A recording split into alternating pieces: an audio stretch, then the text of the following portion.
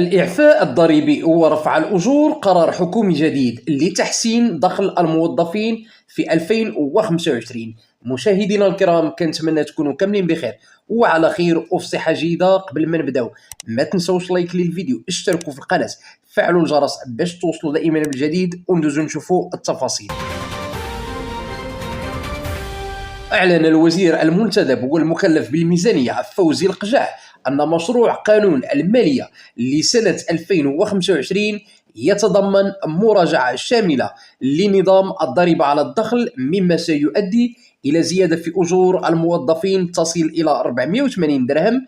جاء ذلك خلال جلسة المناقشة التفصيلية لمواد مشروع قانون المالية لسنة 2025 بلجنة المالية والتنمية الاقتصادية بمجلس النواب. وفي السياق نفسه تتوقع الحكومة أن يستفيد أكثر من 2.5 مليون أجير ممن تقل رواتبهم عن 6000 درهم من الإعفاء الضريبي في مشروع القانون. وأكد رئيس الحكومة عزيز أخنوش أن هذا الإصلاح سيؤدي إلى تخفيض السعر الهامشي للضريبة إلى 37% مع توسيع هامش الإعفاء ليشمل الأفراد الذين تقل مداخلهم عن 6000 درهم شهريا، وهو تعديل لم يطرأ منذ 14 سنة.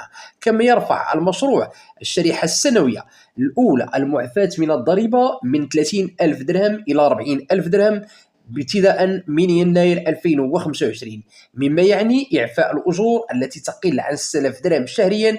يأتي هذا الإصلاح تنفيذا لالتزامات الحكومة في اتفاق أبريل 2024 بهدف تخفيف العبء الضريبي على الموظفين والأجراء والمتقاعدين. ويتضمن المشروع تعديل الشرائح الأخرى ضمن جدول الضريبة بهدف توسيعها وخفض الأسعار المطبقة عليها، مما قد يؤدي إلى تخفيض يصل إلى 50% مع تقليص السعر الهامشي من 38 إلى 37%. وقد اقترحت الحكومة أيضا رفع خصم الأعباء العائلية من 360 درهم إلى 500 درهم لكل معال، وزيادة سقف هذا التخفيض من 2160 درهم إلى 3000 درهم، مع الاحتفاظ بحد أقصى لعدد المعالين المستفيدين من التخفيض عند 6 أشخاص. إلى هنا ينتهي خبر اليوم. شكرا للمتابعة والمشاهدة، شكرا لكل من وضع لايك لهذا الفيديو، شكرا لكل مشترك جديد في القناة، شكرا للأوفياء. إلى اللقاء في فيديو قادم بحول الله.